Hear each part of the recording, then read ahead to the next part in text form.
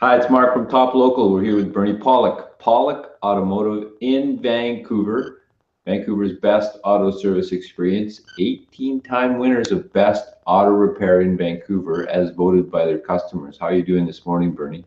Doing very well, Mark.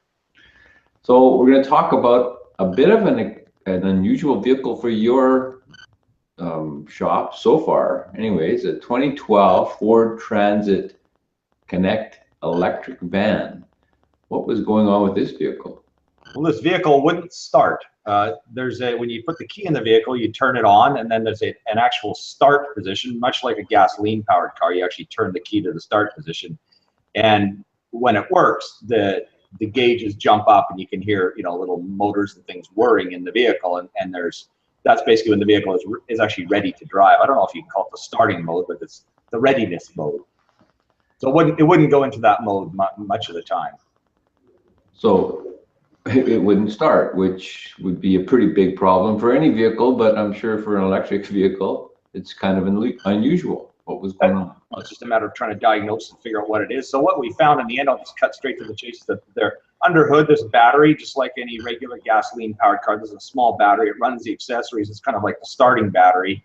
And that battery was very weak and not apparently bad at first. It's not like a usual gasoline-powered car where you get in the engine would just kind of go or go click when you turn it, but basically same kind of thing. The vehicle wouldn't start. So I'll just share a couple of pictures under the hood of this vehicle before we talk about how we diagnosed that. But that's basically what the cause was. The battery was weak. It was old. It was a original Ford battery. It's a 2012 vehicle. It's now 2017. It's 5 years old. It's about average life for a battery. So perfect timing. So let's just share a few photos here of this vehicle. There's a side plate of the vehicle with a nice electric tag on it. We're going to have to cut the screen sharing, and I'm going to refer you to our new channel, Car Truth Show, on YouTube. If you go there, you'll see a nice video under the hood and a whole explanation of the vehicle. So go there, you'll see all the details. All right. Yeah. So how did you go about diagnosing this vehicle? Is it different than a gasoline vehicle? Well, not a lot. I mean, of course, symptom-wise, it's different, but these vehicles have a plug-in, a diagnostic plug-in, an OBD2 connector, just like every vehicle's had since 1996.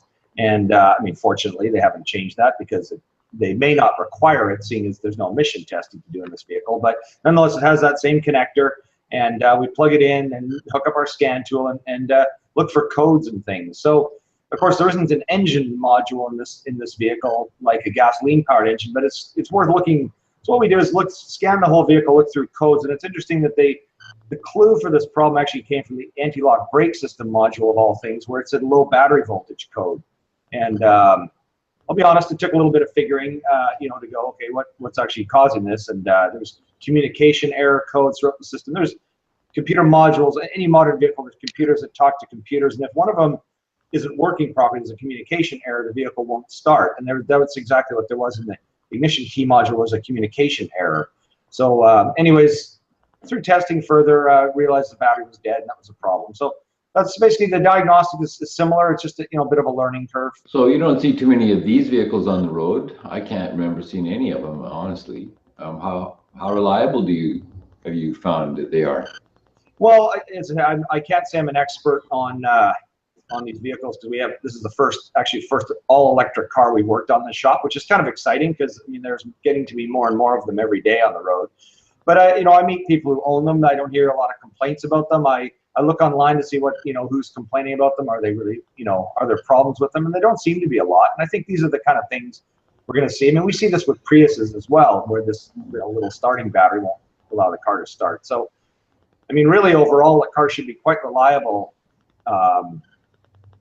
Based on the simplicity. There's basically one big, I'm sorry I couldn't show the photo, but there's basically, when you pop the hood, there's where the engine used to be, there's just one big huge boxy motor piece with a lot of wires. There's still a cooling system and a number of common components, but there's no oil to change, there's no oil to leak. There's a lot of the problems we have with an internal combustion engine are not there.